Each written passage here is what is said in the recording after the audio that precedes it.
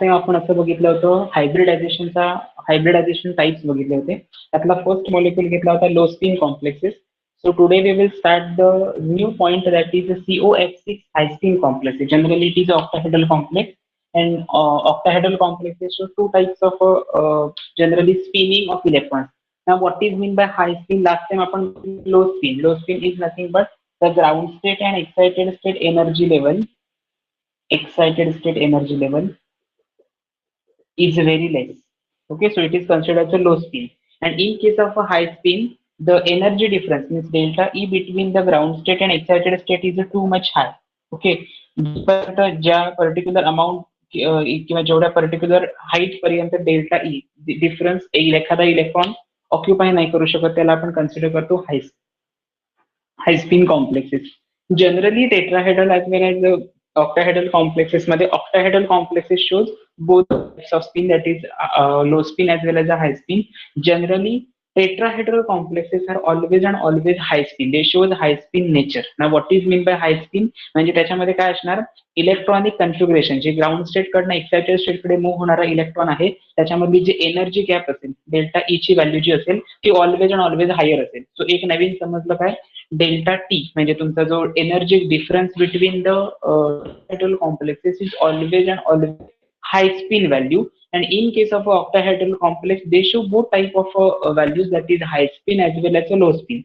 On that particular spinning criteria they are categorized into, or they shows various types of hybridization, that is sp3, sp3d2, d2sp3, inner orbital, outer orbital complexes, strong field, weak field ligand, etc etc. ना तुमच्या सिलेबसला काय मी तुम्हाला सांगितलेलं गेल्या सारखं हायब्रिडायझेशनचे types पेपरमध्ये येतात आणि ते प्रूफ करायला येतात.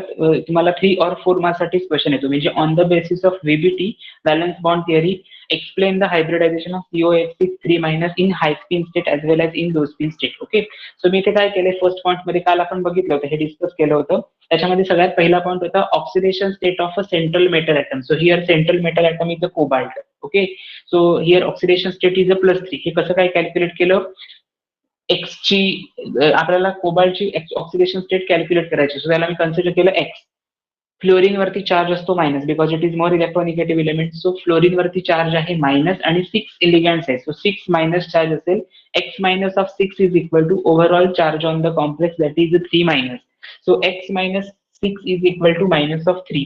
सो पुढे काय करायचंय, X is equal to minus of 3 as it is ठेवायचे, प्लस ऑफ 6 इकडे गेले.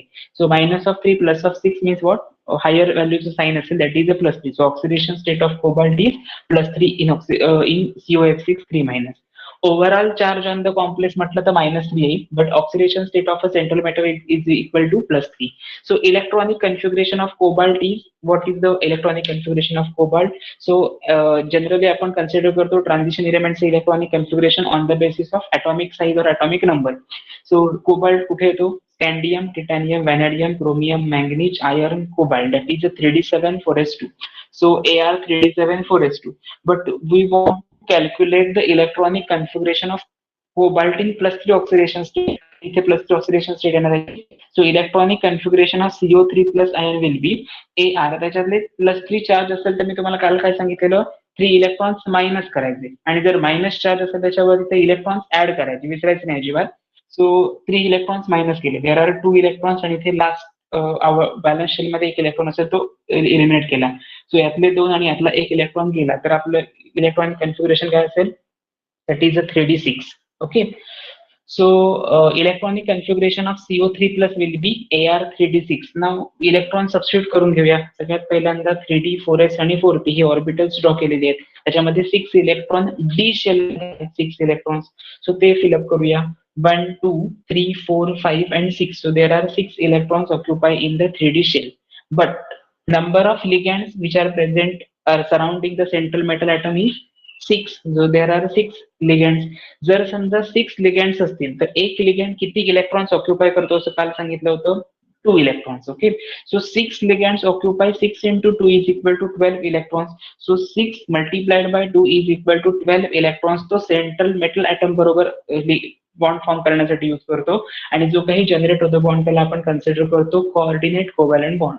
So number of ligands are 6, hence the 6 orbitals are essential for the hybridisation. हे कसं कॅल्क्युलेट केलं? जेवढे नंबर ऑफ लिगँड्स असतात तेवढे number of vacant orbitals essential असतात लिगँडसाठी, मेटल बरोबर बॉन्ड फॉर्म करण्यासाठी. सो तेच मेन्शन केलंय, हे 6 vacant orbitals are essential for the hybridisation with respect to metal. Next लिहिलंय as the complex is a high spin. आता हा पार्ट तुम्हाला टेक्स्ट बुक मध्ये किंवा तुमच्या पेपरमध्ये क्वेश्चन पेपरमध्ये दिलेला असणार. High spin CO F6 3- hybridisation explain करा या फॉर्मॅटमध्ये. सो हाय स्पिन जर असेल, मी तुम्हाला लास्ट लेक्चरला काय सांगितलेलं, जर इथे लो स्पिन वर्ड असेल तर त्याच्यामध्ये पेअरिंग होणार. हाय स्पिनला काय होणार? Pairing. There is no in pairing at prior to the hybridization. So as the complex is a hybrid, no pairing will take place prior to the hybridization. याचाच अर्थ असा, hybridisation व्हायच्या अगोदर याच्यामध्ये लास्ट लेक्चरला आपण पेअरिंग केलेलं, तेव्हा आपण एक लिगँड घेतला होता, तो होता NH36. ओके, CONH36 तो मॉलिक्यूल होता. पण इथे काय आहे, हा ऑलरेडी इलेक्ट्रोनिगेटिव्ह इलेमेंट असल्यामुळे आणि सेकंड थिंग हायस्पिन कॉम्प्लेक्स असल्यामुळे त्या हायस्पिन या वर्डमुळे पेअरिंग होणार नाही. सो मी काय केलं, हे जे सगळेच्या सगळे इलेक्ट्रॉन्स होते ना, ते ऍज इट इज ठेवले. 1 2 3 4 5 and 6. So 3d6 electrons as it is ठेवून दिले. मग आता लिगँड्स येणार कुठे? आता जरा चेक करा.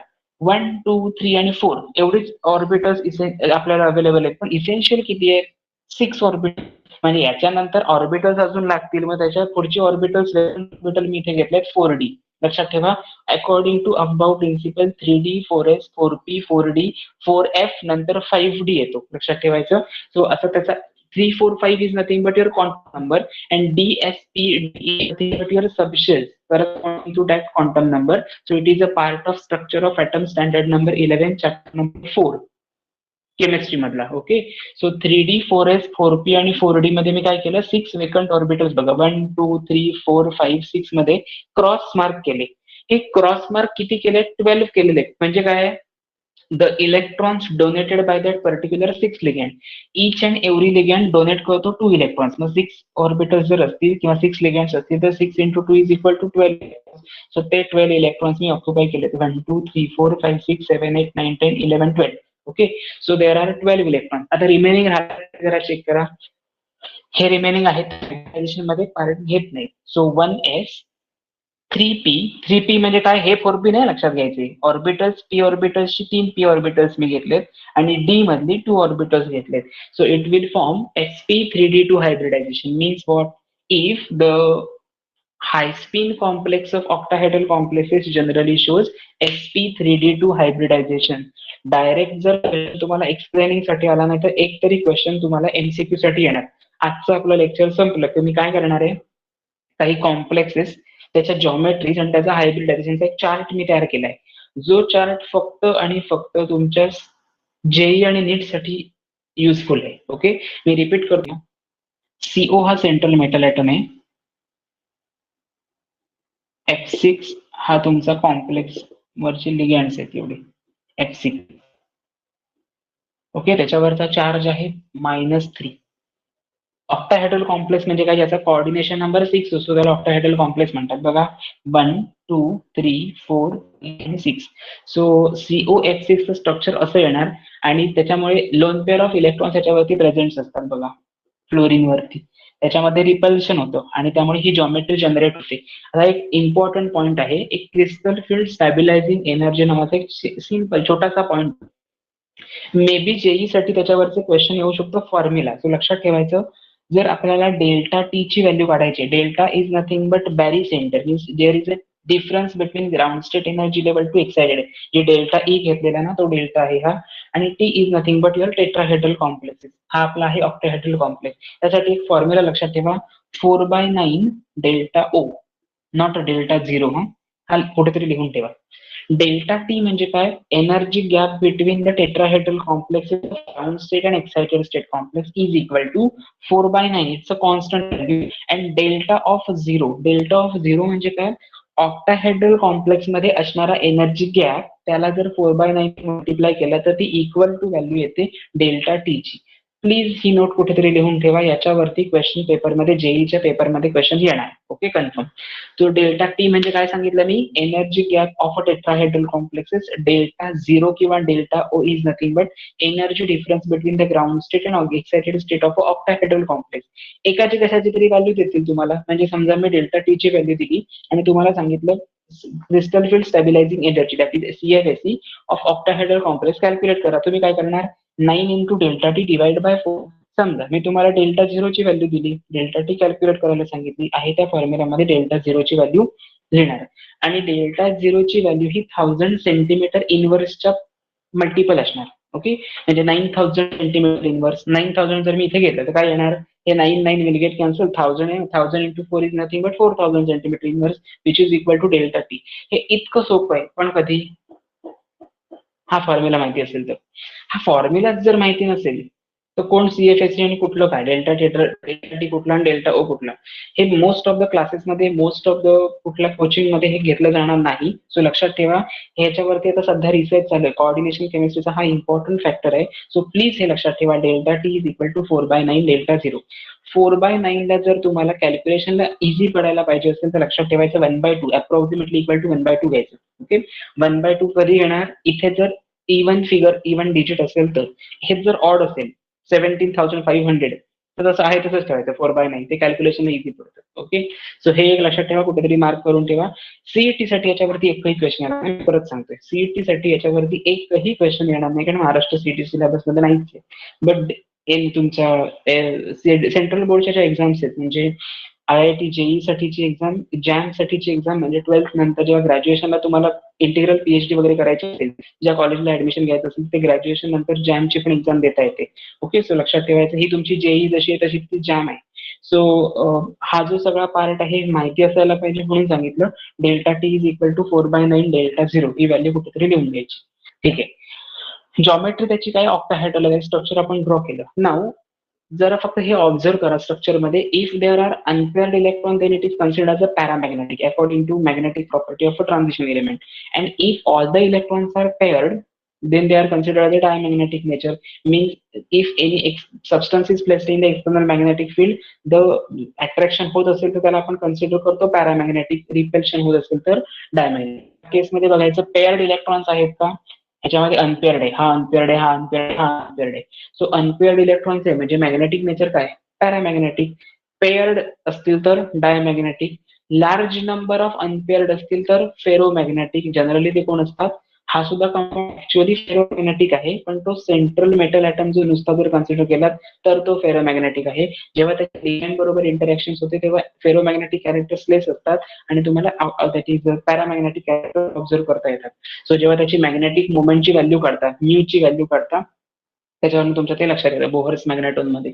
So geometry of the complex is octahedral and magnetic nature is a paramagnetic.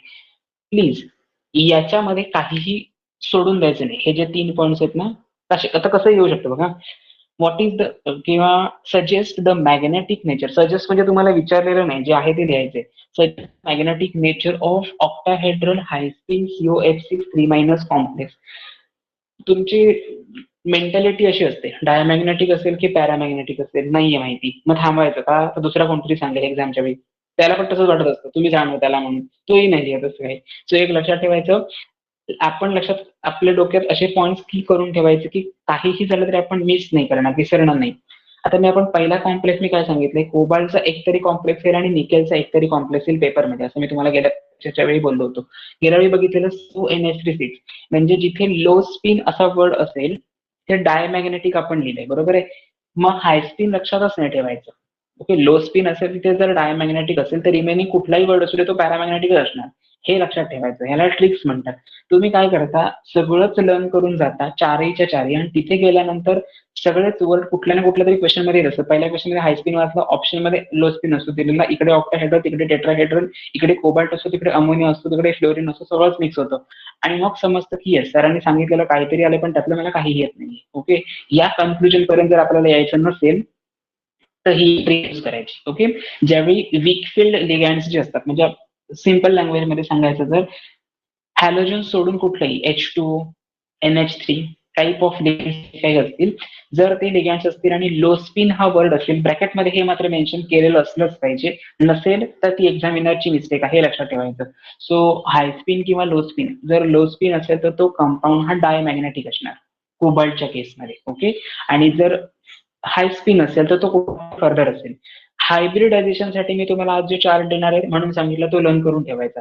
हे कसं एक्सप्लेनेशन तुम्ही लर्न सगळेच जण करणार, पण जेव्हा एमसीक्यूला क्वेश्चन येणार तेव्हा तुम्हाला हे नाही परवडत एवढं लिहायला आणि आठवायला, मग तो तुम्ही वेळेस सोडून देता. मग त्यावेळी काय करायचं, टेबल लर्न करायचं. हे स्टेप बाय स्टेप नाही एवढं जायचं, एवढा टाइम पण नसतो आपल्याकडे एका मार्कासाठी. Okay, so this is the hybridisation of COS63 minus high spin complex, that is sp3d2. CONH36 लेक्चरच्या वेळी म्हणजे प्रिव्हियस लेक्चरला आपलं हायब्रिडायझेशन होतं D2sp3. ओके, लक्षात ठेवायचं, D2 जर sp3च्या बाहेर असेल, मी काय सांगतोय ते वर्ड जसेच्या तसे लक्षात ठेवायचे. जर D2 sp3च्या बाहेर तर त्याला कन्सिडर करायचं आउटर. बाहेर म्हणजे काय, outer. So it is a outer order complex. Okay, and if गेल्या वेळेचं एक्झाम्पल घ्या, CON जर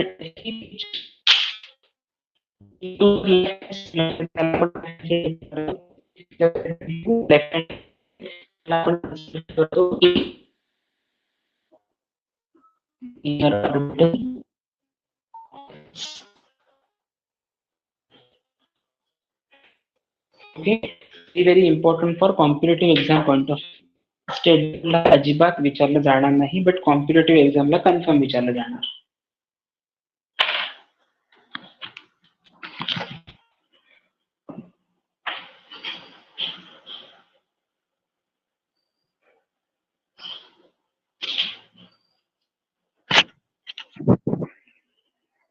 ओके, कम्प्लिटेड. स्क्रीनशॉट घेतला तरी चालेल, नोट्स मी प्रोव्हाइड करणारच आहे.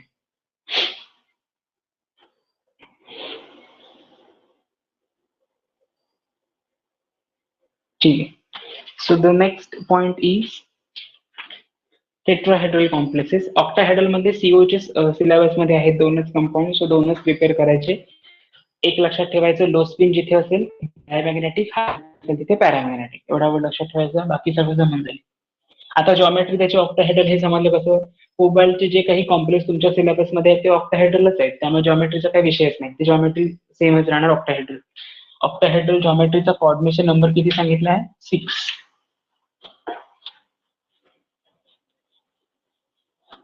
आता जे तुम्ही कोऑर्डिनेशन शिकताय, आता कदाचित तुम्हाला असंही वाटत असेल की खूप लेंदी आहे आणि इतर सगळ्या सब्जेक्ट पेक्षा किंवा सगळ्या टॉपिक पेक्षा डिफरंट टॉपिक आहे, वेगवेगळे वर्ड येत आहेत, weak field ligand, metal, spin, geometry, magnetism, हे जे सगळे वर्ड आहेत किंवा हायब्रिडायझेशन, हे सगळे वर्ड नवीन नवीन आहेत.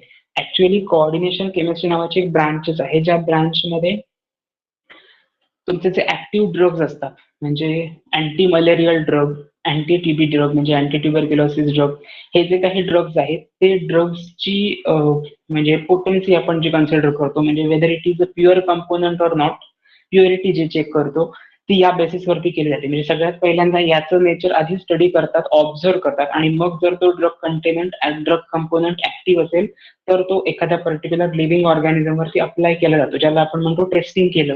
उंदरांवरती टेस्टिंग केलं, माणसावरती टेस्टिंग केलं असं म्हणतो.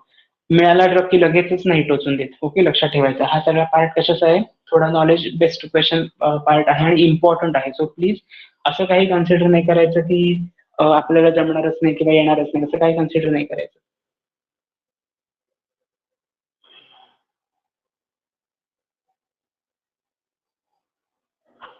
ठीक आहे, next part is tetrahedral complexes.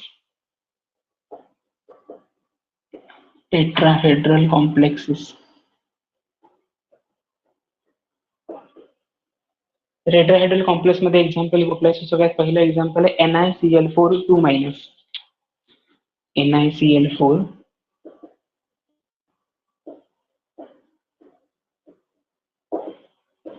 2 minus. कुठले कुठले पॉईंट सांगितलेले? सगळ्यात पहिल्यांदा लिहायचे ऑक्सिडेशन स्टेट, याची कॅल्क्युलेट करायची. ऑक्सिडेशन स्टेट किती येईल? येईल X-4 -2 -4 तिकडे जातील, +4 होईल, तुमचा आन्सर येईल +2. सो ऑक्सिडेशन स्टेट असेल याची +2. निकेल +2 स्टेट मध्ये त्याचं इलेक्ट्रॉनिक कन्फिगरेशन आपल्याला एक्सप्लेन करायचंय. मग काय करणार, नंबर ऑफ लिगॅंड काउंट करायचे, नंबर ऑफ लिगँड्स काउंट झाले की हायब्रिडायझेशन डिटरमाइन करायचंय. जर समजा आता याच्यामध्ये तुम्ही म्हणाल जर समजा याच्यामध्ये काही हाय स्पिन लो स्पिन मेन्शन केलेलं नाही, मग कसं लक्षात ठेवायचं? मग अशीच मी मला सांगितलेलं tetrahedral complexes are always and always high speed. So low स्पिनचं प्रायर हायब्रिडायझेशन किंवा पेअरिंग होण्याचा विचार इथे करायचा नाही, ऍज इट इज ठेवून द्यायचं. ह्यालाच कन्सेप्ट म्हणतात आणि हे थोडं डिफिकल्ट आहे कारण याच्यामध्ये स्टेटमेंट वाईज म्हणजे for example 2+3y is equal to 5, बरोबर आहे ना? हा त्याला 5 म्हणायचं, 2+3 हे जे काही फिगर येईल किंवा आपण जे काही लाईन्स वगैरे ड्रॉ करतो त्याला 6 का नाही म्हणत, असा क्वेश्चन आपण कधीच नाही विचारलेला. सो तोच पार्ट इथे सुद्धा आहे. कोऑर्डिनेशन केमिस्ट्रीमध्ये काही पर्टिक्युलर स्टेटमेंटवरनं पेपर सुटतो, पेपर क्लिअर करता येतो, बट त्या कन्सेप्ट ज्या आहेत त्या प्रॉपर ऑथेंटिक बुक्स मधनं जर तुम्हाला मिळत असतील तर ठीक आहे. तुम्ही तुमच्या स्वतः अरेंज करत असाल ते रॉंग, कारण त्यातले वर्ड्स जे आहेत ते कन्फ्युजिंग आहे. पेअरिंग आणि without pairing, prior to hybridisation and post to hybridisation. Hybridisation झाल्यानंतर सुद्धा काही वेकंट ऑर्बिटल्स मध्ये ओव्हरलॅपिंग होतं, पण त्याच्यापासून मॉलिक्युलर ऑर्बिटल्स जनरेट होत नाही म्हणून त्याला हायब्रिड ऑर्बिटल्स कन्सिडर नाही करत. ही कन्सेप्ट तुमच्या टेक्स्टबुक मध्ये दिलेली नाहीये. मग मी काय केलंय, माझ्याकडचं जे नॉलेज आहे ते तुमच्या कॉम्पिटिटिव्ह एक्झामला कसं युजफुल होईल या दृष्टीने हे प्रयत्न चालू आहेत. सो प्लीज लक्ष देऊन प्रिपेअर करा. टॉपिक टोटली न्यू आहे, पण येणार कन्फर्म हेही सांगतो तुम्हाला, त्यामुळे त्याच्यातलं काही ऑप्शनला टाकायचं नाही. जे येणार आहे हे माहिती आहे, नवीनच येणार ना. ऑलवेज पेपरमध्ये 9th ला जे फॉर्म्युले होते ते 10th ला आले का? नाही, थोडे डिफरंट होते. जॉमेट्रिक कन्स्ट्रक्शन 9th ला खूप इझी वाटत होती आउट ऑफ मार्क्स मिळवायला, 10th ला इझी वाटत, थोडं डिफिकल्टी लेवल वाढते. 10th मॅथ्स जवळपास बेसिकच आहे, खूपच बेसिक आहे. 11th-12th मॅथ्स कम्पेअर केलं आणि 10th मॅथ्स कम्पेअर केलं तर जमीन आसमानाचा फरक आहे. त्यामुळे 10th ला कितीही मार्क्स असू दे हिस्ट्री मध्ये, 12th ला ते मार्क्स टिकत नाहीत. ओके, आणि जर ते टिकत असतील तर तुम्ही बेस्ट आहात, हे म्हणायला काही हरकत नाही. पण जर नसाल, नाही आहेत मार्क्स तेवढे, तर कुठेतरी आपण लक्षात आलं पाहिजे की आपण जमिनीवर येण्याची गरज आहे. आणि त्याच्यासाठी सांगतोय की जे कन्फर्म येणार हे सांगतोय, त्यात काही काटछाट करायची नाही. ते असं मी सांगतोय की ठीक आहे ऑप्शनला टाकलं तरी जमेल किंवा हा क्वेश्चन, असं मी जेव्हा म्हणतो तेव्हा लक्षात ठेवायचं हे दोन पैकी एकच कुठला तरी नाव टू मच इम्पॉर्टंट नाहीये. ओके, सो जसं मेन रिएक्शन पेपर 2 साठी इम्पॉर्टंट आहे, तसा हा एक पार्ट इम्पॉर्टंट आहे NiCl4 2- चा. वन बाय वन स्टार्ट करूया आणि मग आपण नेचर वगैरे सगळं कॅल्क्युलेशन करूया. आपला पहिला पॉईंट नेहमीच असतो कुठला? Oxidation state. Oxidation state of central metal atoms कसं कॅल्क्युलेट करणार? x-4 is equal to -2. So x is equal to -2 + 4 is equal to +2. So oxidation state of central metal atom that is nickel, त्याची किती असणार आहे? +2 oxidation state. So it is a +2. Next, electronic configuration of only metal without oxidation state. So electronic configuration of central metal that is nickel is SCTI VCrMn FeCO Ni 3D8 so हे मात्र learn पाहिजे, ह्याला काही option नाहीये. ते मी तुम्हाला ह्याच्या आधीही सांगितलंय, म्हणून तर मी हा टॉपिक चालू व्हायच्या अगोदर मध्ये तो ट्रान्झिशन इलेमेंट कव्हर केला, इनर ट्रान्झिशन इलेमेंट कव्हर केला. याचं रिझन काय? ट्रान्झिशन मधला थोडा जो एक्सट्रॅक्शनचा पार्ट आहे तो जाणार हे मला ऑलमोस्ट माहितीच होतं. सो तो तुमचा कन्सिडर केला नाही, त्याच्यावरचे क्वेश्चन्सही रेअरली येतात ऍज कम्पेअर्ड टू जर तो टॉपिक बघितला, नंबर ऑफ पेजेस आणि येणारे क्वेश्चन्स जर चेक केला, 25 पेजेस मध्ये एक्सट्रॅक्शनच्या क्वेश्चन येतात 2 आणि ते सुद्धा 1-1 मार्क्स. एक MCQ ला येतो आणि एक VSA ला येतो. नाही परवडत आपल्याला, बट ऑप्शन नसतो का? कारण VSA आणि MCQ ला ऑप्शन्स पण नसतात. अटेम्प्ट एनी 6 फ्रॉम द 8 असं नसतं. 6च्या हे प्रत्येकाचाच हा प्रॉब्लेम आहे. परत MCQ नाही जमत म्हणून प्रत्येक जण सोडून देतो का शेवटच्या 15 मिनिटात आपल्याला समजणार, कोण सांगत नाही, कोणीच केलेला नसतो. पण ही जी टेंडन्सी आहे ही एक्झामिनरला माहिती असते. ओके, आणि एक्झामिनर मुद्दाम ते क्वेश्चन टाकतो म्हणून सांगितले. सोडून काय द्यायचं ते मी तुम्हाला नंतर सांगेन, आधी जे प्रिपेअर करायचं ते चांगलं करा. Next question is electronic configuration of Ni2. बघा, Ni वरती चार्ज आहे जो +2, त्याचं इलेक्ट्रॉनिक कन्फिगरेशन वेगळं असेल.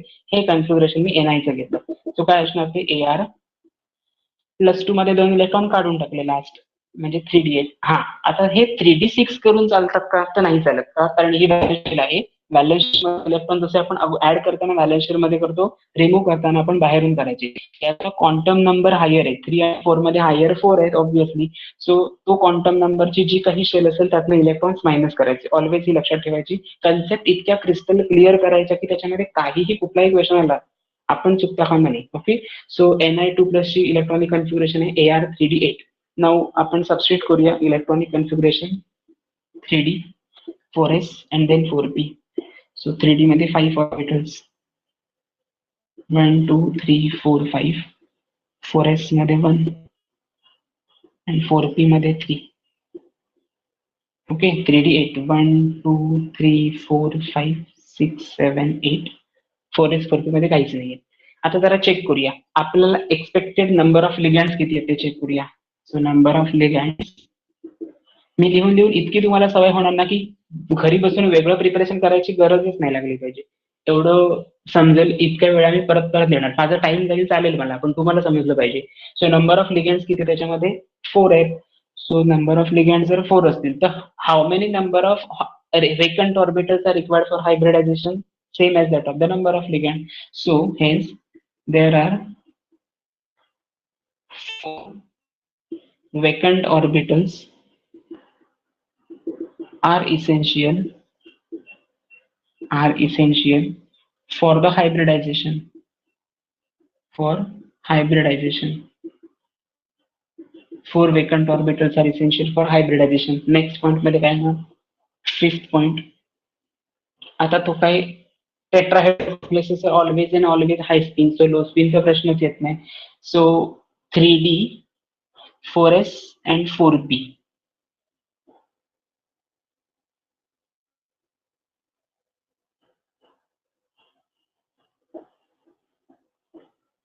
4s and 4p ऑलवेज किती इलेक्ट्रॉन दाखवलेत मी? 8 इलेक्ट्रॉन दाखवले. 1 2 3 4 5 6 7 and 8. बघा, पहिल्यांदा अपोजिट स्पिन मी केलं नव्हतं. मी असं कधीच ड्रॉ करायची नाही. आपली लिहिण्याची मेथड इतकी बेस्ट असू दे की आपल्याकडनं चुका नाही व्हायला पाहिजे. सो जेव्हा स्पिन अपसाइडला असेल तेव्हा स्पिन अपसाइडला कम्प्लीट ऑर्बिटल कम्प्लीट करायचे आणि त्याच्यानंतर स्पिन अपोजिट होतो according to Aufbau principle. Okay, Hund's rule of maximum multiplicity and Aufbau principle through आपण हे एक्सप्लेन करू शकतो. सो लक्षात ठेवायचं, या फॉर्मॅटमध्ये रिप्रेझेंट करायचे. आता किती इसेन्शियल आहेत? 4 आहेत का अवेलेबल? 1 2 3 4 आहेत. मग एक 4d लिहायची काही गरजच नाही. सीएल एक सीएल 2 इलेक्ट्रॉन देईल, असे 4 सीएल आहेत म्हणजे 8 इलेक्ट्रॉन्स येतील. म्हणजेच काय, 1s and 3p. हायब्रिडायझेशन काय आलं? sp3 hybridisation. So hybridisation is sp3. Now geometry obviously नावातच आहे ना, ते मगाशीच बघितलं आपण. Tetrahedral tetrahedral geometry. Structure draw कसं करणार? ni. टेट्राहेड्रलचं स्ट्रक्चर कसं असतं? ऍक्च्युली हे असं नसतं, लक्षात ठेवा. इथे आपल्याला एक it is a 3 dimensional structure असं कन्सिडर केलं तर एक सीएल जो असेल तो अवे फ्रॉम द ऑब्झर्वर असेल आणि एक टुवर्ड्स द ऑब्झर्वर, म्हणजे according to stereochemically. But आपण केमिकल एव्हिडन्सेस आता नको घ्यायला, फक्त स्ट्रक्चरच ड्रॉ करूया. त्याच्यावरचा चार्ज आहे -2. सो इथे मेन्शन करायचं. ऑल इलेक्ट्रॉन्स आर पेअर्ड और नॉट. इथे अनपेअर्ड इलेक्ट्रॉन्स दिसत आहेत. So it is a paramagnetic in nature. Magnetic nature. एकाच फक्त इयरला कधीतरी फक्त मॅग्नेटिक नेचरला 1 मार्क दिलेला, म्हणजे शब्द लिहायचा डायमॅग्नेटिक पॅरामॅग्नेटिक, एवढा एक वर्ड लिहिला की 1 मार्क होता. एवढं कधी कोण उदाहरण झालं नव्हतं, पण त्यावेळेचा एक्झामिनर झाला होता. Okay, so paramagnetic is the magnetic nature. Okay, simple आहे, काही डिफिकल्ट नाहीये. सो sp3 हायब्रिडायझेशन मिळालं. बघा, पहिलं काय होतं? D2sp3. सगळ्यात पहिला CONH36 वाला कंपाऊंड. D2sp3 साठी मी मगाशी वर्ड वापरलेला. sp3 च्या जर इनर साइडला D2 असेल, इनर स्पियर ऑर्बिटल किंवा इनर स्पियर कॉम्प्लेक्स हा वर्ड यूज करायचा. sp3 च्या आउटर साइडला D2 असेल म्हणजे sp3d2, that is COF6 3- low spin और हाय स्पिन कॉम्प्लेक्सेस.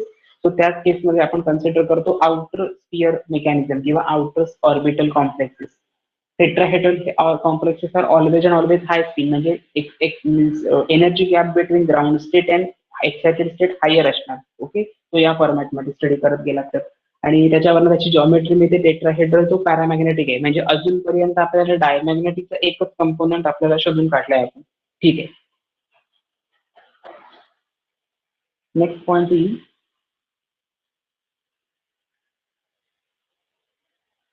कम्प्लीट झालं असेल तर फक्त लाईव्ह चॅटमध्ये रिप्लाय द्या.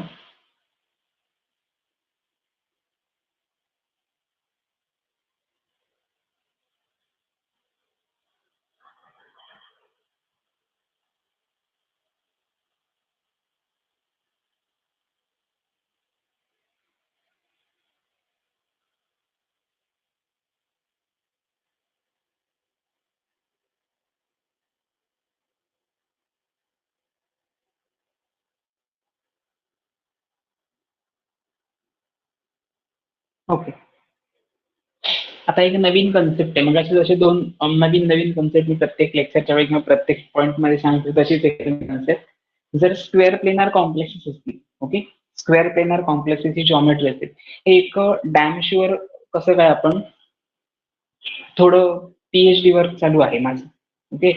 सो त्या वर्क मध्ये त्याच्याशी रिलेट करणाऱ्या ह्या छोट्या छोट्या गोष्टींचा मी खूप बारकाईने स्टडी केला होता आणि त्याची ऍप्लिकेशन जरा बघितली, म्हणजे अदर लेक्चर्स किंवा अदर कुठल्याही स्ट्रीम मध्ये जी ऍप्लिकेशन्स आणि याची ऍप्लिकेशन, याच्यामध्ये मला व्हेरिएशन दिसलं. म्हणजे आपण ऑब्व्हियसली जे काही आपण बोलतो किंवा आपण जे सांगतो त्याच्यामध्ये काहीतरी बेसिक थिंग्स असल्या पाहिजेत ना, आपल्याला बॅकलॉग त्याचा असला पाहिजे काहीतरी, की हे नॉलेज आपल्याला मिळालं हे बुक रीड करून. आपण म्हणतो 10th खूपच इझी होतं, एक्सरसाइज मध्ये सगळे क्वेश्चन केले की जमायचे, म्हणजे तुम्ही एक्सरसाइजचे क्वेश्चन केला म्हणूनच चांगले मार्क्स मिळाले. 11th-12th ला करून किंवा जेईला करून जमेल का, म्हणजे जो टॉपर होता तोच जेईचा पण असायला पाहिजे होता, पण असं नसतं. म्हणजेच काय, ऍडिशनल स्टडी केला पाहिजे. सो सिलेबसच्या बाहेर जाऊन थोडा विचार केला, तेव्हा मला समजलं की याची ऍप्लिकेशन खूप सारी आहेत. सो मी काय केलं, हे सगळंच टोटली डिफरंट आहे. जसं तुम्हाला आता नवीन आहे ना, तसं as a student me 12th ला असताना मला सुद्धा हे नवीनच होतं. मी आता जेव्हा ग्रॅज्युएशन झालं तेव्हा आणखीनच नवीन होतं. सिनियर कॉलेजला गेल्यानंतर अजूनच त्याच्यापेक्षा, पोस्ट ग्रॅज्युएशन केल्यानंतर अजूनच काहीतरी नवीन नवीन समजायला लागलं. सो ह्या सगळं जे नवीन नवीन जे समजलेलं होतं त्याचं कलेक्शन केलं आणि त्याच्या ट्रिक्स शोधून काढल्या. त्या ट्रिक्स वरनं ही एक अजून ट्रिक काढलेली आहे, जी ट्रिक्सचं कुठलंच बुक मिळत नाही. पहिली गोष्ट मला सांगतात बरेच, कुठल्या बुक मधनं वाचलं तर सांगा, तेवढंच कट करून पेज वगैरे सगळं लॅमिनेट करून मी घेणार, तसं नाही मिळत. Okay, so all the square planar complexes are always and always low speed. काय सांगितलं मी, ऑल द स्क्वेअर प्लेनार, जवळपास 21 कॉम्प्लेक्सेस मी स्टडी केला आणि म्हणून मी यापर्यंत आलोय all the complexes. So all the square planar complexes are always and always low spin. Low spin याचा अर्थ काय लगेच लक्षात आला पाहिजे, पेअरिंग होणार इलेक्ट्रॉनचं आणि प्रायर टू हायब्रिडेशन, पोस्ट टू हायब्रिडेशन होणार नाही. बघूया वन बाय वन कॉम्प्लेक्सेस काय आहेत ते. झाले लिहून. वर्ड मात्र तेच यूज करायचे, half filled, weak field, strong, low spin, high spin, tetrahedral, octahedral असं नाही यूज करायचं की कुठली तरी जॉमेट्री असते ज्याचा कोऑर्डिनेशन नंबर 6 असतो असं नाही म्हणायचं, ऑक्टाहेड्रलच म्हणायचं त्याला. ओके, स्वतःला सवय अशीच लावायची. ठीक आहे.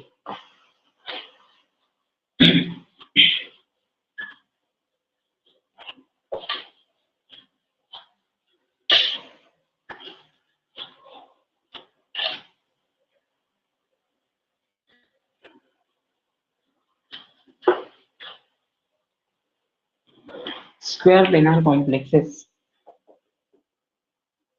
Square planar. आता मला पेपरमध्ये कुठला वाटतंय असं विचारायला, मला आता हा क्वेश्चन येईल असं मला वाटतं. जे प्रामाणिक माझं मत आहे ते मी तुम्हाला सांगितलं, बाकी एक्झामिनर आणि तुम्ही बघून घ्या. पण मला असं वाटतं की स्क्वेअर प्लेनार कॉम्प्लेक्सेसचा हायब्रिडायझेशनचा क्वेश्चन येऊ शकतो. याचं रिझन काय, मोस्ट ऑफ द केसेसमध्ये ऍप्लिकेबल पार्ट आहे स्क्वेअर प्लेनार कॉम्प्लेक्सेस आणि ते स्टुडंट्सना माहिती आहे की मी चेक करणं म्हणजे एक्झाम असते, बाकी काही एक्झाम मध्ये वेगळं काय नसतं. सो कॉम्प्लेक्स एक्झाम्पल दिले NiCN4 2-. इथे मेन्शन केलेलं नाही, पण मी एक वाक्य तुम्हाला सांगितलं, generally all square planar complexes are low spin in nature. Okay, हे का कन्फर्म सांगायचं, कारण आपण लास्ट लेक्चरला असं बघितलेलं, स्क्वेअर प्लेनार कॉम्प्लेक्सेस इनॅन्शिओमर्स शो करत नाही. याचं रिझन काय, अकॉर्डिंग टू AOS आणि COS किंवा POS म्हणू शकतो आपण. AOS stands for axis of symmetry आणि POS means position of symmetry, or आपण COS म्हणून कन्सिडर केलं तर सेंटर ऑफ सिमेट्री. सो ह्या दोन्ही केसेसच्या सिमेट्रिकल ऑब्झर्वेशन दिसत नाही, त्याच्यामध्ये प्रेझेंटच नसतात. ऍक्सिस कुठनं पास आउट होऊ शकत नाही, कारण तो इक्वली फॉल होतात, त्याचे चारही पार्ट सेम होतात. जर असं होत नसेल तर इनॅन्शिओमर्स ऑब्झर्व करता येत नसेल. मी ग्रीन कलरच्या एका लाईन मध्ये छोटीशी नोट तुम्हाला सेंड केलेली पीडीएफच्या फॉर्मॅटमध्ये, जर तुमच्याकडे लेक्चरचं प्रिव्हियस लेक्चरच्या नोट्स अवेलेबल असतील तर समजून जाईल. सेम त्या केसला हे कन्सिडर करू शकतो आपण की square planar complexes, most of the square planar complexes are generally low spin in nature. Okay, so NiCN4 साठी सगळं बाकीचं सगळं सेम पार्ट. सुरुवात करूया.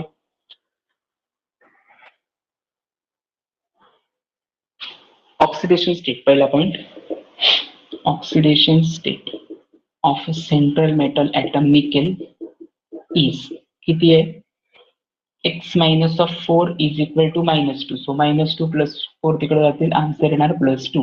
Okay, second, electronic configuration of nickel is किती, ACTIV CrMn Fe9 3D8 4s2.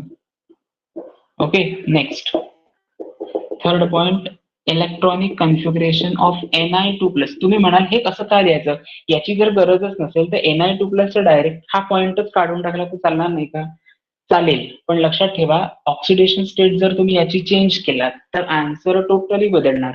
Oxidation state transition इव्हेंट्सच्या various oxidation स्टेटचं आपण टेबल बघितलंय, त्यातली मोस्ट कॉमन ऑक्सिडेशन स्टेट असते +2, +3, +4, +5, +6, +7 लिहिलेलं मॅग्नेटसाठी, त्याच्यानंतर खाली आलेलं +6 पर्यंत, त्याच्यानंतर खाली आलेलं +5 पर्यंत, लास्ट सेकंड लास्ट जो कॉपर होता त्याचे +1, +2, म्हणजे तो व्हेरिएबल ऑक्सिडेशन स्टेट दाखवतो. पण त्याच्यामध्ये कॅटॅलिटिक प्रॉपर्टीज असतात. इलेक्ट्रॉन डोनेट इलेक्ट्रॉन एक्सेप्ट करण्याची टेंडन्सी जास्त असते, म्हणजेच काय, तो इझिली कॉम्प्लेक्सेस जनरेट करू शकतो.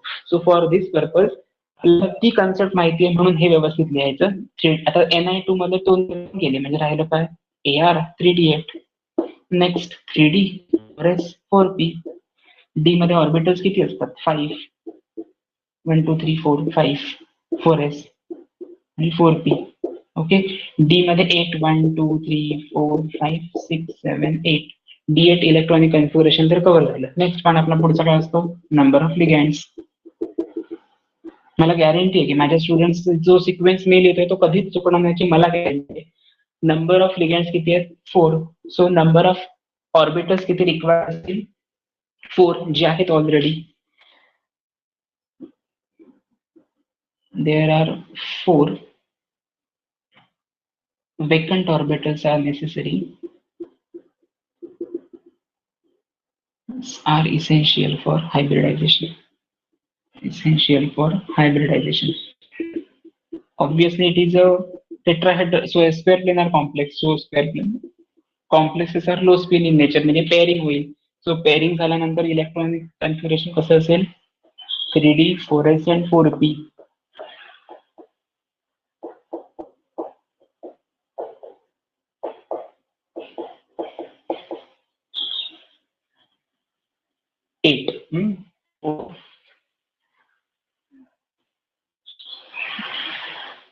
एवढं होतील ना, पेअरिंग केल्यानंतर 8 इलेक्ट्रॉन कसे ऑक्युपाय होतील.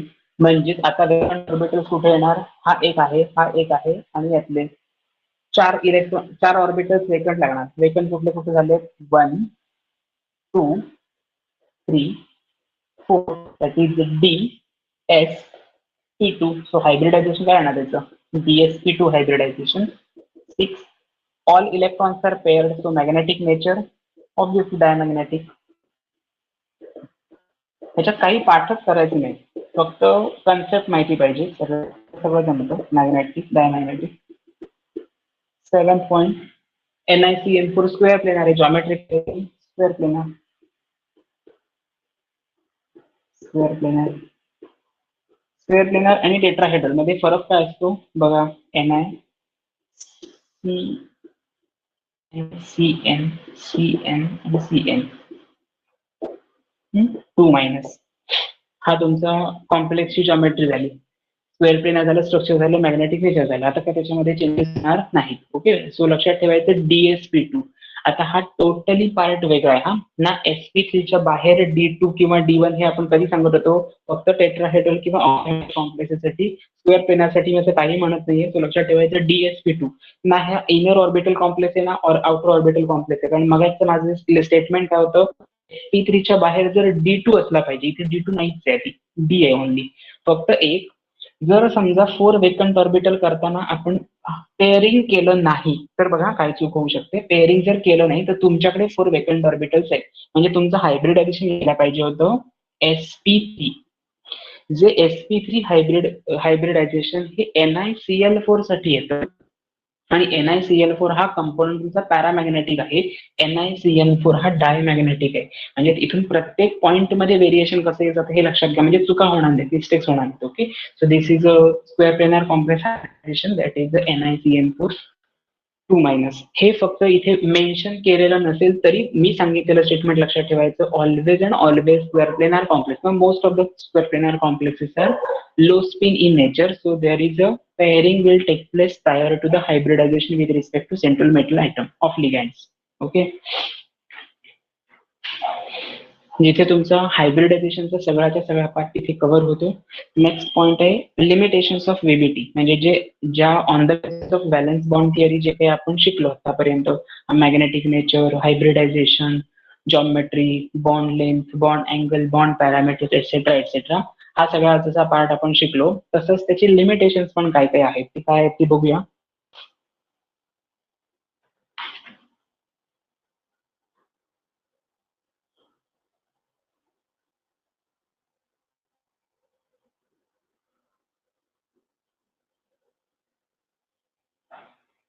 कम्प्लिटेड. कम्प्लीट झाल्यानंतर ना एक जसं आता एक पॉईंट झाल्यानंतर मी त्याच एनर्जीने दुसरा पॉईंट पण घेतो की नाही, मग तुमच्यात ती एनर्जी का नसते? वर्ड टाईप करायला येत नाही कम्प्लिटेड नावाचं. मगाचपासून मी विचारतोय सगळ्यात सुरुवातीला आवाज माझा ऐकू येतोय का नाही, आवाज माझा ऐकू येतोय की नाही. तर मी किती वेळा विचारलं ते तुम्हाला व्हिडिओमध्ये कळेल. ओके, सो पण रिप्लाय एकाचाही आलेला नव्हता. जेव्हा मेसेज केला तेव्हा समजलं की तुम्ही आहात तिथे प्रेझेंट.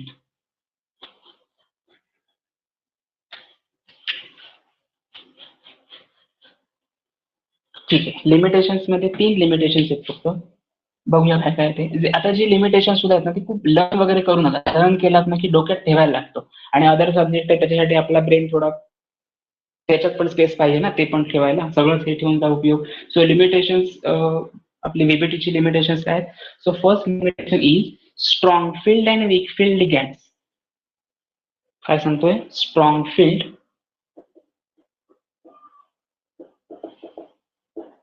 And weak field. आता it is actually a part of CFT. Strong field म्हणजे काय आणि वीक फील्ड म्हणजे काय लक्षात ठेवा. ज्याच्यामध्ये इलेक्ट्रॉन डेन्सिटी खरंच जास्त असते ते जनरली स्ट्रॉंग फील्ड लिगॅंड म्हणून कन्सिडर केलं जातं. म्हणजे सायनाइड वरती ज्याच्यावरती मायनस चार्ज असतो ना, सगळे लिगॅंड्स वरती मायनस चार्ज असतो. बट त्याच्यामध्ये सुद्धा फ्लोरीन, क्लोरीन, ब्रोमीन, आयोडीन वरती सगळ्यात जास्त मायनस चार्ज असतो, कारण more electronegative elements, oxygen, nitrogen containing elements.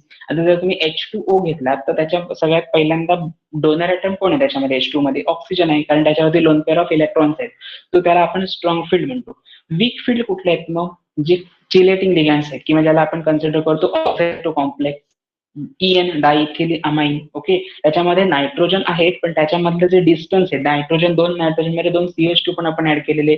EGTAचं structure भलं मोठं आहे पण ते हेक्साडेंटेड लिगॅंड मध्ये येतं. म्हणजे इट इज नॉट काय म्हणू शकत नाही आपण वीक फील्ड किंवा स्ट्रॉंग फील्ड मध्ये त्याला आपण मेजर करू शकत नाही. तिचं हेक्साडेंटेड लिगॅंड म्हणजे डोनर ॲटम त्याच्यामध्ये मोर दॅन 2 आहेत.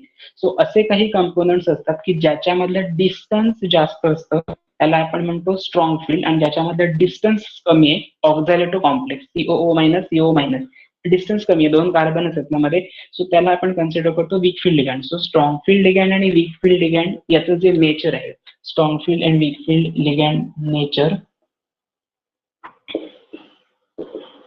Can not be predicted by VBT. ही कशाची काय चाललेत लिमिटेशन्स? VBT, हा, व्हॅलन्स बॉन्ड थिअरी. नाही तर तुम्ही हायब्रिडायझेशनशी लिहून ठेवाल, असं करू नका. Nature can not be predicted by VBT, valence bond theory. Second, colour of the complex. It does not give any information. आपण काय मागासपासून म्हटलं? Bond parameter, bond length, bond angle, bond order, magnetic nature याच्याबद्दल information मिळते. पण whether the given compound is colourless point मध्ये आपण कुठपर्यंत आलो?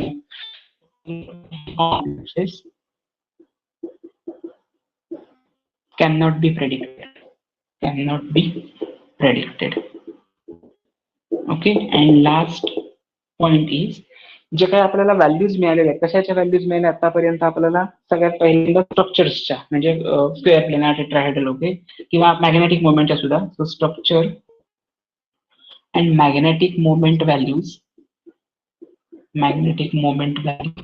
which are expressed in Bohr's magneton are not that much match necessarily with experimental data.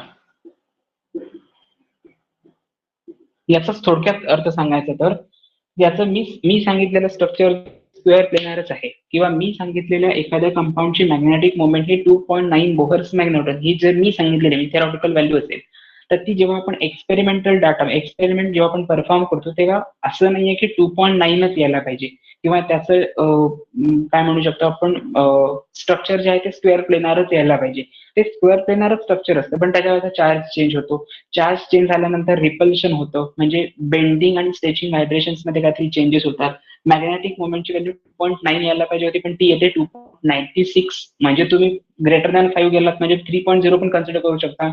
म्हणजे ह्या value always and always match होतीलच, नाही सांगू शकत. याचं रिझन आहे एन्व्हायरमेंटल इफेक्ट.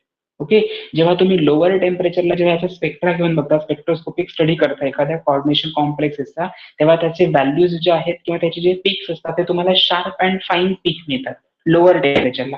बट हायर टेम्परेचरला ते इन्स्ट्रुमेंट ज्याच्यावरती आपण स्पेक्ट्रा ड्रॉ करतो ते इन्स्ट्रुमेंटच आपल्याला काय नाही साथ देत नाही. ओके, म्हणजे ते इन्स्ट्रुमेंट त्याला लिमिटेशन्स पडतात, टेक्निकल लिमिटेशन्स पडतात की ते बँड्स ओव्हरलॅप होतात. म्हणजे आपल्याला दिसताना एकच पीक दिसतो, पण त्याच्या एकावर एक ओव्हरलॅप झालेले पिक्स असतात. आपल्या नेकेड आयजने जे दिसणार, कम्प्युटर जो इंटरप्रिट करणार तो आपण डाटा दाखवणार की हे एवढा एवढा पीक येते असं, पण ते ऍक्च्युअली जास्त असतात. मग लोअर पीक जेव्हा आपण स्पेक्ट्रोस्कोपिक स्टडी करतो तेव्हा अनादर कुठलं तरी टेक्निक राहतं, त्याला म्हटलं जातं spectrophotometer. Okay, colorimeter and photometer, spectrophotometer ह्या त्याच्या रेंजेस असतात. डिफरंट फिल्टर्स, वेवलेंथ किंवा इंटेन्सिटीचे नंतर आपल्याला हे एक्सपेरिमेंट्स परफॉर्म करावे लागतात. सो जर का तुमच्यापैकी कोणी पुढे जाऊन रिसर्च मध्ये जाणार असेल तर त्याला हे सगळं माहिती असणार. ओके, लक्षात ठेवायचं की colour and magnetic property, structure and magnetic प्रॉपर्टीच्या व्हॅल्यूज आहेत त्या नेसेसरी असं नाहीये की आज जर ती मॅच झाली म्हणजे उद्या पण मॅच व्हायलाच पाहिजे, असं नाहीये. Okay, so these are the 3 limitations.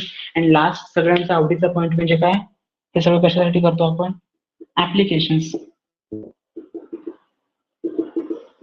Okay, short मध्ये सगळ्यात पहिलं आहे इलेक्ट्रोप्लेटिंग.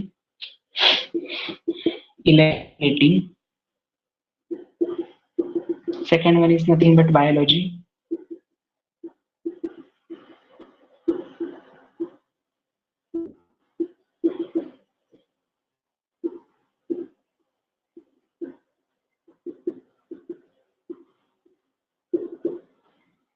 Third काय आहे, in medicines.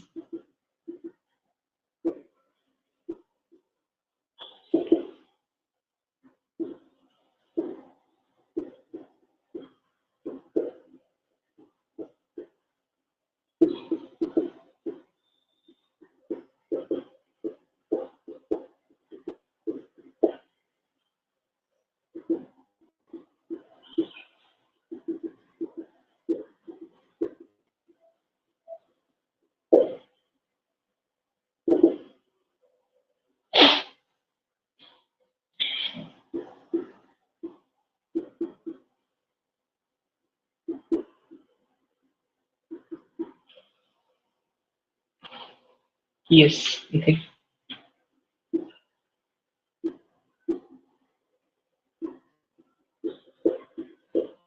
आहे.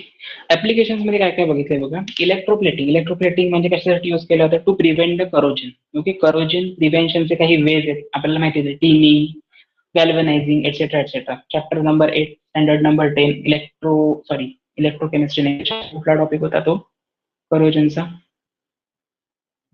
एक टॉपिक होता ना तुम्हाला, तो 8 नंबर इलेक्ट्रोमेटालर्जी, बरोबर ना. मेटालर्जी हा नावाचा टॉपिक होता. त्याच्यामध्ये जे वेज होते, वेरियस वेज होते की ज्याच्यामध्ये ऍप्लिकेशन्स मध्ये बघितलेलं प्रिव्हेन्शन ऑफ करोजन. म्हणजे करोजन म्हणजे काय, रस्टिंग ऑफ आयन्स आणि प्रिव्हेंटिव्ह मेजर सांगा. त्यातला एक आहे इलेक्ट्रोप्लेटिंग. म्हणजेच काय, एका पर्टिक्युलर समजा हा मेटल आहे, याचं करोजन रोखण्यासाठी मी काय करणार, साईडला मेटलचाच लेअर देणार. मेटलचा लेअर दिल्यामुळे काय होणार, अपसाईडचा जो लेअर असेल तो environmental conditions, humidity, air, water content, water vapour, environmental कंडिशन्समुळे ह्याचं किंवा डिकेइंग होणार. अप्पर लेअर जो असेल तो लेअर गेल्यानंतर आपल्याला समजायचं करोजन झालंय, म्हणजे आतला जो मेटल आहे तो इसेन्शियल आहे, तो प्रोटेक्ट व्हायला पाहिजे. म्हणून अप्पर साईडला जो नॉन इसेन्शियल मेटल आहे त्याचा आपण लेअर देतो. जेव्हा त्याचं करोजन होतं तेव्हा समजतं की नाही आता परत कलर काढायला झालेला आहे, मग आपण लगेच कोटिंग करणार आणि त्याला प्रोटेक्ट करून ठेवणार.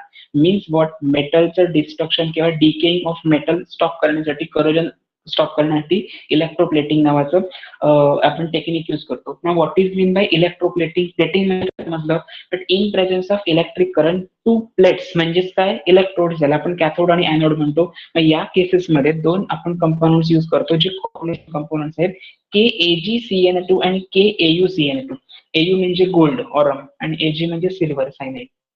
सो सिल्वर सायनाइड आणि that is potassium aurum cyanide, हे जे तुमचे ऑरो सायनाइड असे त्याला कन्सिडर केलं जातं, हे जे दोन्ही कंपोनंट्स आहेत हे कशामध्ये युज केले जातात? इलेक्ट्रोप्लेटिंगच्या इंडस्ट्रीजमध्ये युज केले जातात. आता जनरली इलेक्ट्रोप्लेटिंग हे दोन कंपोनंट कशाचं करतात? नोबल कंपाऊंडचं करतात किंवा नोबल गॅसेस पासून जनरेट झालेल्या कंपाऊंड्स. ओके, नोबल गॅसेस पासून सुद्धा कंपाऊंड जनरेट होतात, हे आधी लक्षात ठेवा. तुम्ही म्हणाल ते इनर्ट आहेत ना? येस, इनर्ट आहेतच ते, त्याबद्दल काही प्रश्नच नाही. त्याच्यामध्ये काही जे आपले हेलियम, निऑन, आर्गॉन, पण झेनॉन, त्याच्यामधला झेनॉन डायफ्लोराइड नावाचा पहिला कंपोनंट आहे की जो कंबाईन फॉर्म मध्ये इन्व्हेंट ऑलरेडी झालेला आहे, फक्त त्याच्या प्रॉपर्टी बद्दल अजून स्टडी, इन्व्हेन्शन चालू आहे, म्हणजे त्याच्यावर चालू आहे. सो KAgCN2 आणि KAuCN2 हे पर्टिक्युलर कोटिंग करण्यासाठी, इलेक्ट्रोप्लेटिंग टेक्निक थ्रू कोटिंग करण्यासाठी, करोजनचं प्रिव्हेन्शन करण्यासाठी युजफुल कोऑर्डिनेशन कंपोनंट. हे फर्स्ट एक्झाम्पल. विथ एक्झाम्पल द्यायचं, बाकी सगळं इम्पॉर्टंट नाही, कारण हेच क्वेश्चन तुम्हाला VSS साठी सुद्धा विचारले जाऊ शकतात. नोबल गॅसेसचं इलेक्ट्रोप्लेटिंग करताना कुठले दोन कोऑर्डिनेशन कंपाऊंड्स यूज करतात त्याचे मॉलिक्युलर फॉर्म्युले लिहा. कोणाला आठवणार नाही तेव्हा हे महत्वाचं आहे, म्हणून आधीच क्लिअर करतोय. KAgCN2, KAuCN2 is the answer. Next, in case of a biology. बायोलॉजीमध्ये आपल्याला सगळ्यात पहिल्यांदा जे काही एनर्जी ATPs मिळतात, कशापासून मिळतात? फूड पासून. कसं फूड तयार होतं? By photosynthesis. फोटोसिंथेसिस म्हणजे काय? In presence of light food preparation. पण त्याच्यामध्ये कुठला मेटल पिगमेंट असतो? मॅग्नेशियम मेटल असतो. ओके, जेव्हा आपण क्लोरोप्लास्ट, अल्ट्रास्ट्रक्चर ऑफ क्लोरोप्लास्ट नावाचा पार्ट असणार बायोलॉजी मेंबरसाठी, सो त्याच्यामध्ये गॉल्गी बॉडी असतात किंवा जे स्ट्रोमा लॅमिली, ग्रॅनम आणि ग्रॅना लॅमिली, हा जो सगळा पार्ट आहे, हे सगळे एकमेकांच्या बंच असतात. सायटोप्लाझम मध्ये ते काय म्हणू शकतो आपण, कलेक्टिव्ह बंच असतात. या सगळ्या प्रोसेसमध्ये Mg हा त्या बरोबर मधल्या स्पेस मध्ये ट्रॅप होतो. का? इलेक्ट्रॉनिक कॉन्फिगरेशन 282 आहे किंवा अटॉमिक नंबर 12 आहे किंवा त्याची साईज बरोबर तेवढ्या काय म्हणू शकतो आपण सेंटर मध्ये फिट होऊ शकते, आणि म्हणूनच Mg तिथे Al ठेवून नाही का चालणार. Mg ला जरा बरं नाही वाटत, Al ठेवूया तिथे, रिप्लेस करूया, असं नाही करता येत. सो लक्षात ठेवायचं, magnesium metal easily chlorophyll pigment बरोबर कोऑर्डिनेशन, कोव्हॅलंट बॉन्ड जनरेट करतो आणि मगच फूड जनरेट होतं. जर ते तसं होत नसेल तर जे फूड जनरेट होतं ते टॉक्सिक कंपोनंट्स म्हणून आपण युटिलाइज करतो. म्हणून बघा, आपल्याला झाडावरती जी फळं दिसतात ती कच्ची असताना खात नाही, पिकल्यानंतर आपण खातो, बरोबर आहे ना? म्हणजे हा डिफरन्स आहे ना. त्याच झाडावरती आपण धोंडे मारतो ज्याच्यावरती काय लागलेलं असतात, फळं लागलेली असतात, आणि तोपर्यंत वेट करतो जोपर्यंत ती पिकत नाही. म्हणजेच काय, त्याच्यामध्ये काही प्रोसेस होत असतात. त्या प्रोसेस कोण करत असतो? पिगमेंट्स करत असतात, आणि त्याच्यामध्ये जो मेटल असतो त्याला आपण कशाच्या थ्रू ती प्रोसेस होत असते? कोऑर्डिनेशन कंपाऊंडच्या. त्याच्यामध्ये ऍक्टिव्ह मेटल असतो Mg. In medicine, so medicinal केमिस्ट्रीमध्ये लास्ट लेक्चरला आपण बघितलेलं स्टॅटिन, जे सिस आणि ट्रान्स आयसोमर्स आहेत, अँटी कॅन्सर एजंट, त्याचा युजफुल ऍक्टिव्ह ड्रग आहे तो. अँटी कॅन्सर म्हणजे कॅन्सर होत नाही असं नाही, त्याने कमी करता येतो किंवा ओव्हरकम करता येतो, किंवा जर इनिशियल स्टेज असेल तर स्टॉप करता येतो. ओके, आणि next, to measure the hardness of water, याच्यासाठी कुठला कंपोनंट युज केला जातो? हा महत्वाचा पार्ट आहे. EDTA नावाचा, ethylene diamine tetraacetate anion. So tetraacetate ion हा तुमचा जो कंपोनंट आहे तो hardness of water check, the given water sample is portable or not, त्याच्यासाठी युज करतो. ज्याच्यासाठी 2 आयन्स यूज केले जातात, Ca2+ आणि Mg2+. कुठेतरी लिहून ठेवा, हे महत्वाचं आहे. Ca2+ आणि Mg2+, हे दोन आयन्स जे आहेत ते लिक्विड EDTA मध्ये इन्सर्ट केले जातात आणि त्याच्यामधनं प्रेसिपिटेशन होतं. जर समजा त्याच्यामध्ये एअर बबल्स येत असतील तर पोर्टेबल नाही, तर एअर बबल येत नसतील तर ते पोर्टेबल आहे. ओके, जे आपण मिनरल वॉटर असं म्हणतो, कुठल्याही मार्केटमध्ये गेल्यानंतर घेतो जे विकत बॉटल, ते मिनरल आहे. हे कोण ठरवत असतं? कंपनी. कशा through? Hardness of water check करत असतात, कॉम्प्लेक्सोमेट्रिक टायट्रेशन परफॉर्म करतात, त्याच्यावरून त्यांना कन्फर्म करतं की whether it is portable or not. So these are the applications. 4 application sufficient आहेत, पण याच्यातलं MCQ साठी येण्याचे चान्सेस किंवा VSS साठी एक तरी एक्झाम्पल येण्याचे चान्सेस आहे. मला वाटतं हे एक्झाम्पल येईल. ते अँटी कॅन्सर ड्रग कुठला आहे की जो ऍक्टिव्ह ड्रग म्हणून कोऑर्डिनेशन कॉम्प्लेक्सचं काय म्हणू शकतो आपण, कोऑर्डिनेशन कॉम्प्लेक्सेसचा ऍप्लिकेशन म्हणून तो युजफुल आहे. तो कोण आहे? Cisplatin. Okay, so this is all about your coordination chemistry. आतापर्यंत काय काय बघितलं ते सगळं एकदा कव्हर करूया, रिवाइज करूया आणि मग स्टॉप करूया. कन्क्लुजन कडे आलो आपण म्हणून. सो पहिला पॉईंट आपण सगळ्यात बघितलेला, what is mean by metal, what is mean by ligands. लिगॅन्ड्सचे टाइप्स बघितलेले on the basis of donor atoms, monodentate, bidentate, त्याच्यानंतर पॉलिडेंटेड, हेक्साडेंटेड, ईडीडीए वगैरे कॉम्प्लेक्स आणि ॲम्बिडेंटेड टाइप्स ऑफ लिगॅन्ड. नंतर पुढचा पार्ट बघितला होता, त्याच्यामध्ये असं बघितलेलं terminology which are use in the coordination compounds और chemistry. So in case of coordination chemistry, charge on the complex central metal atom, coordination sphere, okay, double salt, ही सगळी एक्झाम्पल्स बघितलेली. मग आपण प्रायमरी बॅलन्स, सेकंडरी बॅलन्सशी relate करणारी एक theory बघितली, Werner's theory of coordination complexes. तो पार्ट कव्हर केला. त्याच्यानंतर वर्नर्स थिअरी कम्प्लीट झाल्यानंतर पुढचा पार्ट जो बघितला त्याच्यामध्ये असं केलं होतं आयसोमेरिझम. सो आयसोमेरिझम मध्ये optical isomerism, geometrical isomerism for tetrahedral as well as octahedral complexes.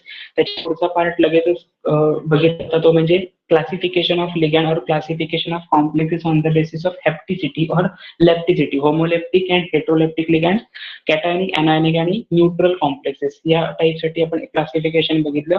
Geometrical isomerism, isomerism, optical isomerism. Optical मध्ये दोन पार्ट बघितले, डेक्स्ट्रो लिव्हो, जॉमेट्री मध्ये सिस अँड ट्रान्स आयसोमर्स.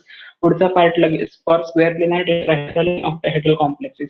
मग बघितल्या स्ट्रक्चरल आयसोमेरिझम, त्याच्यामध्ये linkage, coordination isomerism, hybrid isomerism as well as, आणि कुठला बघितला होता? Ionisation isomerism. सो हा चारही पार्ट हे बघितले होते. हे सगळे पार्ट कव्हर केले, म्हणजे फोरही एक्झाम्पल्स विथ थिअरी. हा पार्ट सगळा कव्हर केला आयसोमेरिझमचा. त्याच्यानंतर पुढचा पार्ट बघितला तो म्हणजे व्हीबीटी. व्हीबीटी ऑन द बेसिस ऑफ व्हीबीटी सगळ्यात पहिल्यांदा त्याचं हायब्रिडायझेशन कसं कॅल्क्युलेट करायचं, लो स्पिन, हाय स्पिन म्हणजे काय, मॅग्नेटिक नेचर आणि स्ट्रक्चर हे बघितलं. ऍप्लिकेशन, लिमिटेशन आणि मध्ये एक पार्ट बघितलेला stability which govern by the stability of coordination compounds. त्याच्यामध्ये इर्विंग, विलियम ऑर्डर आणि दोन पार्ट बघितलेले, size to charge ratio, charge to size ratio, and second one is nothing but your nature of the ligand. So हा part सगळा बघितलेला, जिथे तुमचा collective म्हणजे जेवढा पार्ट तुमचा